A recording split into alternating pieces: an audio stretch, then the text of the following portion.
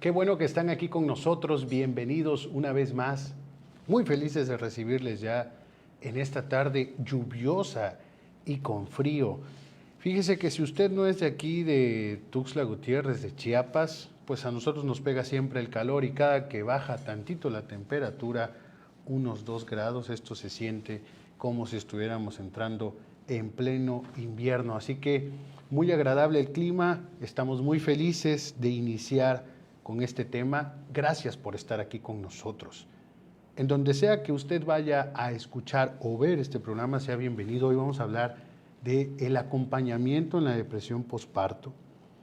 ¿Qué debemos saber los familiares, la red de apoyo de ese papá o de esa mamá que está en depresión posparto? ¿Por qué digo papá? Porque también los papás experimentan la depresión posparto. Y dentro de muchas cosas que vamos a hablar el día de hoy, también hablaremos sobre los mitos que se dan alrededor de la depresión posparto y este discernimiento que acompañado de los especialistas podemos llegar a tener para no caer en procesos de culpabilidad que sean completamente dañinos para la mamá o el papá en cuestión. Por supuesto que al ser un tema posparto, 1 de cada 10 mujeres se ven afectadas por estas condiciones.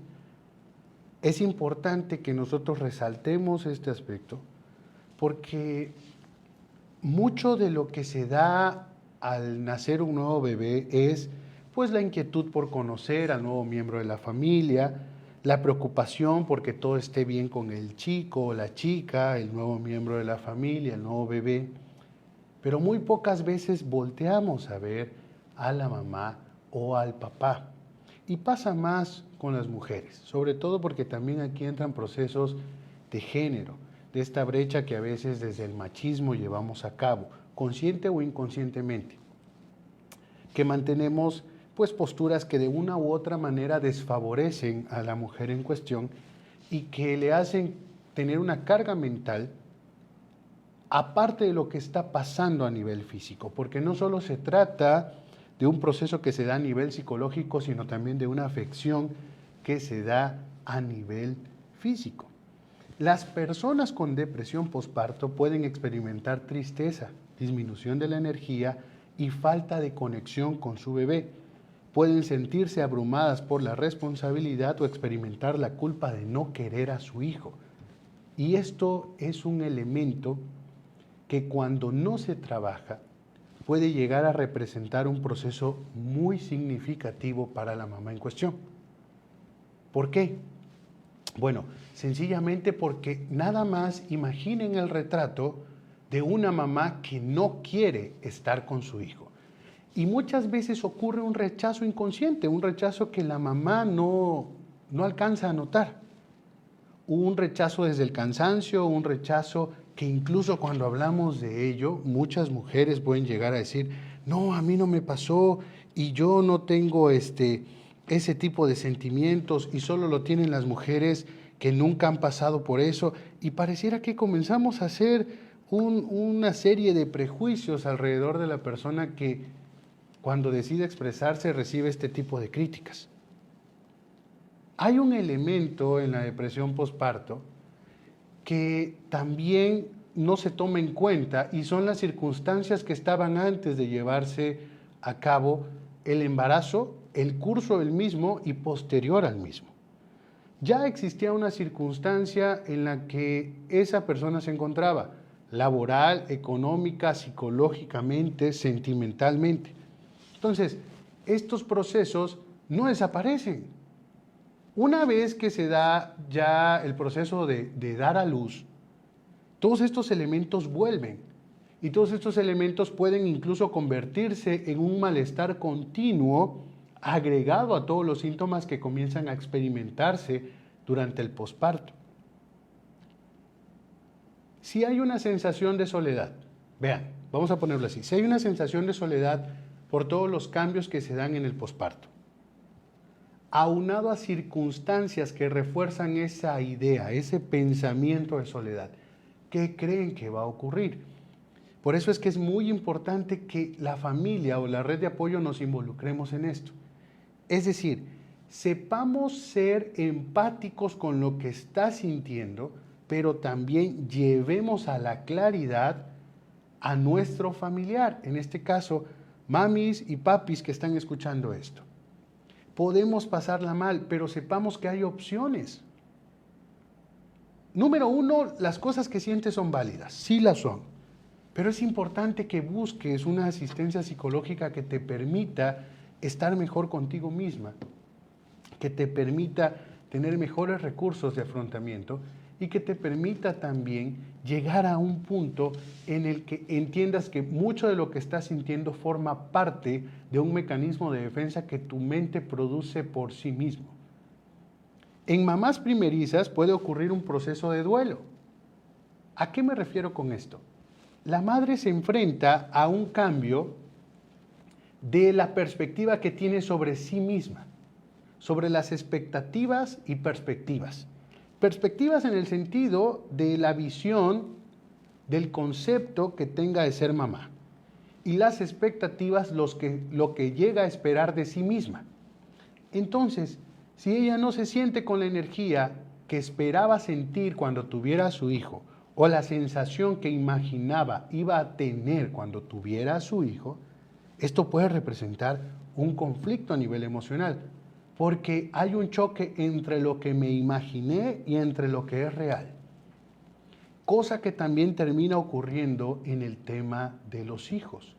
Una cosa es mi expectativa sobre mi hijo y otra cosa es lo que mi hijo termina siendo en términos reales. Nos imaginamos muchas veces un tipo de niño, un tipo de niña. En algunas ocasiones nos imaginamos tener un embarazo libre de dificultades o un niño libre de diagnósticos. Y cuando nos enfrentamos a este proceso, termina siendo una realidad completamente adversa a lo que se plantea como debería de ser o lo esperado. Porque la gran mayoría te dice, no importa lo que sea, lo importante es que venga sano.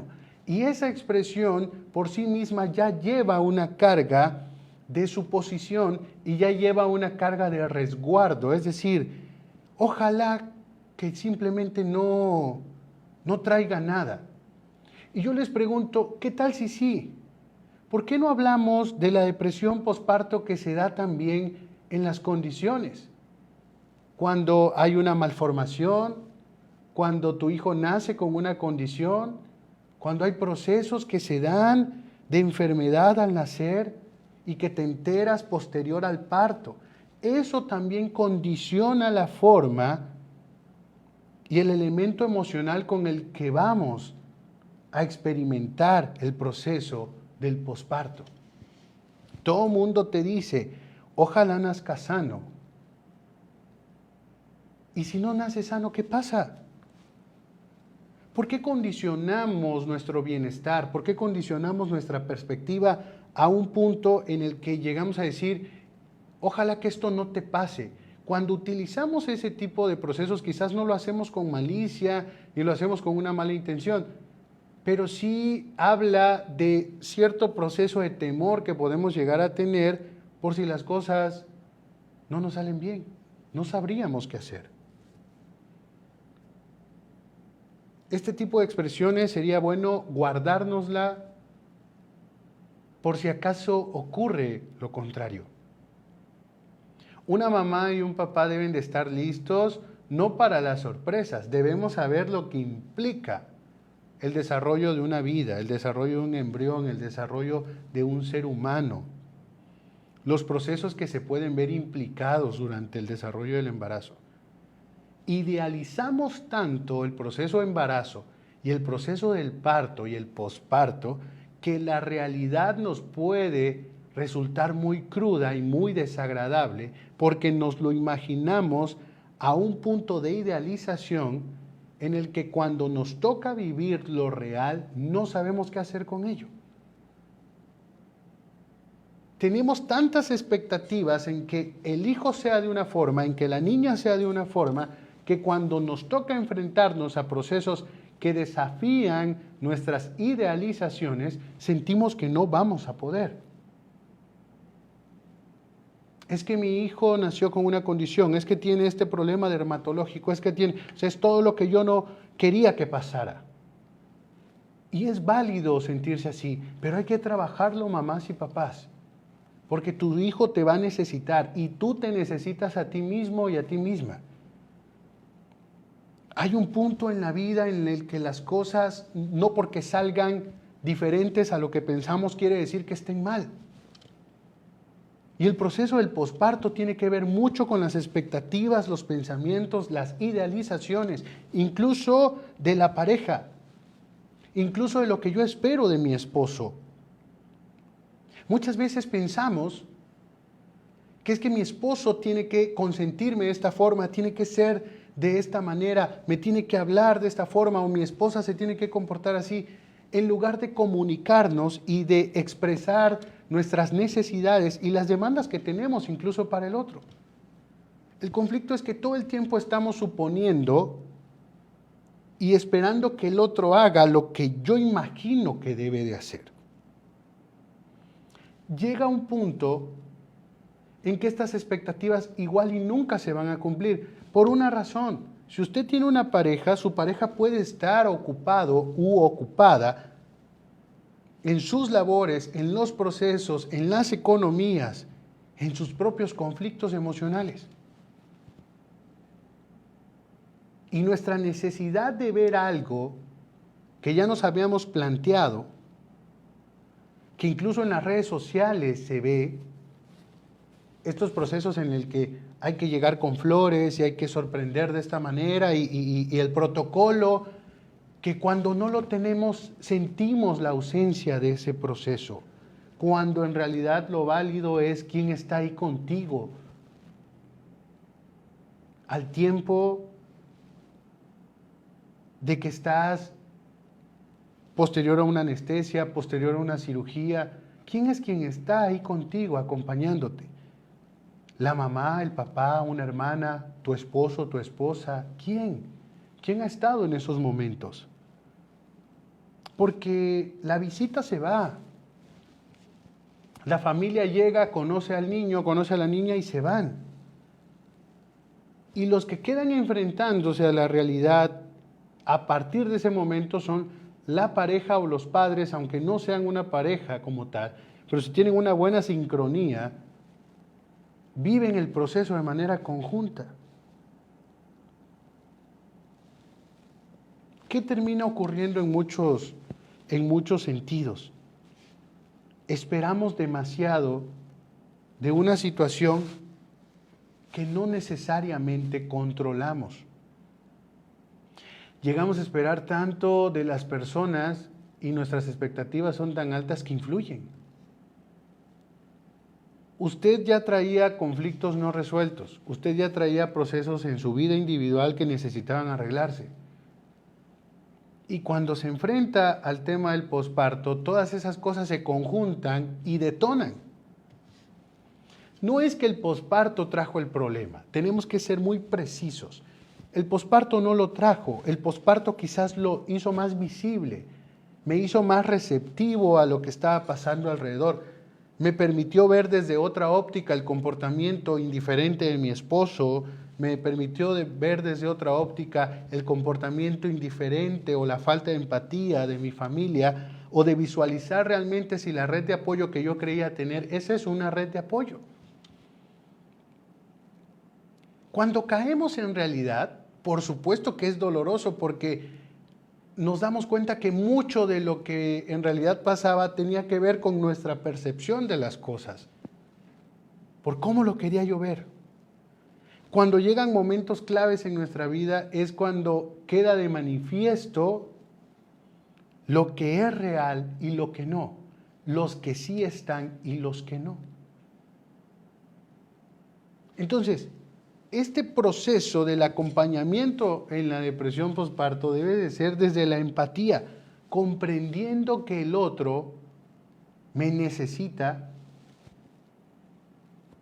comprendiendo que mi esposa está pasando por cambios que no controla, cambios que le pueden comprometer su percepción, que pueden comprometer la forma en que visualiza nuestra relación o a mi hijo y que no me debo tomar personal lo que está diciendo.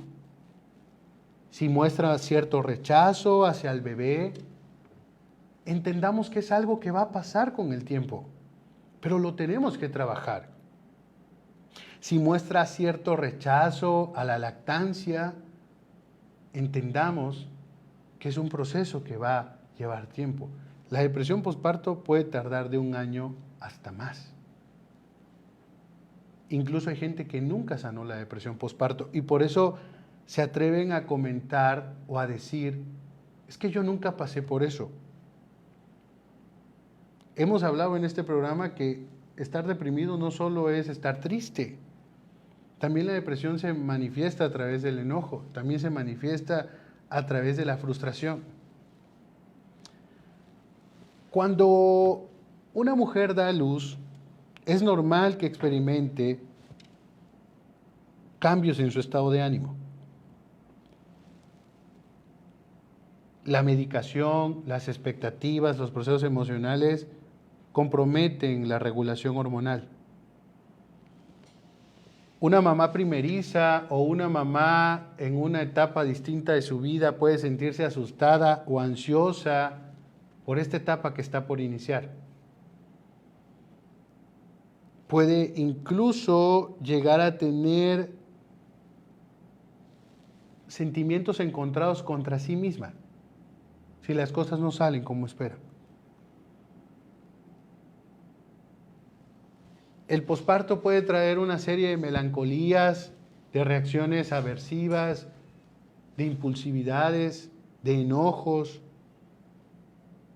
de procesos que pueden llegar a ser muy lamentables desde la óptica de quien no lo comprende.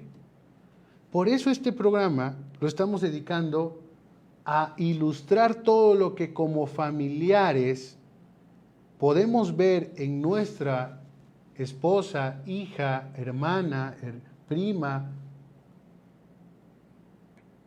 y que podemos hacer mejor al menos desde la empatía. Desde entender que lo que está haciendo, lo está haciendo quizás por el calor del momento, por la emoción expresada, por las frustraciones experimentadas. No hagamos sentir peor a alguien que la está pasando mal. Y no nos olvidemos también del papel del papá. El papá también puede pasar el tema del posparto, por las expectativas, por las idealizaciones, por el tema de género, por las exigencias, por las idealizaciones, por su propia percepción y por su propia visualización de la realización o del fracaso que eso puede implicar. Es que no podemos dar por hecho que una mamá se pone feliz por tener a un hijo. Hay que ver las condiciones en las que se dio. A veces pensamos que un hijo va a salvar el matrimonio y cuando no obtenemos lo que esperábamos, terminamos diciendo, bueno, ¿para qué? Y el chico no tiene la culpa, o la bebé que viene en camino no tiene la culpa, o la bebé que acaba de nacer no la tiene. La tenemos nosotros por asignarle un rol a una vida, por colocarle una carga que no le corresponde a un hijo. Es que los hijos no estructuran, no salvan matrimonios, no salvan relaciones. Los bebés no se hicieron para hacer sólida a una familia. Pueden tener el número de hijos que necesiten, pero si no hay responsabilidad afectiva, si no hay las bases que se necesitan para conjuntar un sistema familiar sano, pueden ser los embarazos que sea, porque no se trata de cantidad. Entonces nosotros debemos de reflexionar sobre cuál fue el sentido que tuvo ese embarazo. ¿Y qué es lo que me está pegando? ¿Y qué es lo que estoy visualizando en mi hijo? Si mi hijo representaba esa oportunidad de reconciliación y no lo está haciendo, quizás por eso estoy desviando la carga hacia él y en algún punto lo estoy rechazando. Si yo no quería embarazarme y por la presión social por este machismo, por este patriarcado que sí se maneja en nuestra sociedad, por la presión familiar, por cumplir con las expectativas de papá, de mamá, de la abuela, lo hice incluso contra mis propias orientaciones, lo hice con tal de cumplir las expectativas o de retener a una pareja. Si ese sentido tiene la vida que acabo de dar a luz, por supuesto que ese proceso va a estar empañado con todo lo que acabamos de mencionar. Y no va a ser satisfactorio, porque no tiene un sentido encauzado hacia lo que verdaderamente es una vida a la cual le vamos a dar la oportunidad de surgir, de nacer y de desarrollarse y de acompañarlo. Pero si nosotros ya le estamos lanzando todas estas atribuciones simbólicas y emocionales, estamos estigmatizando a nuestro hijo, se está significando algo.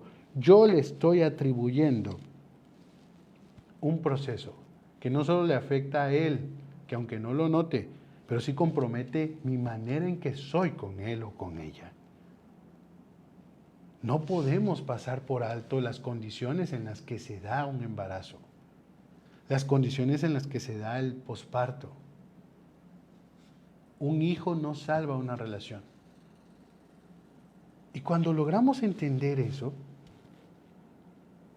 no podemos echar el tiempo atrás y decir, ok, bueno, no salió y que desaparezca este niño o esta niña.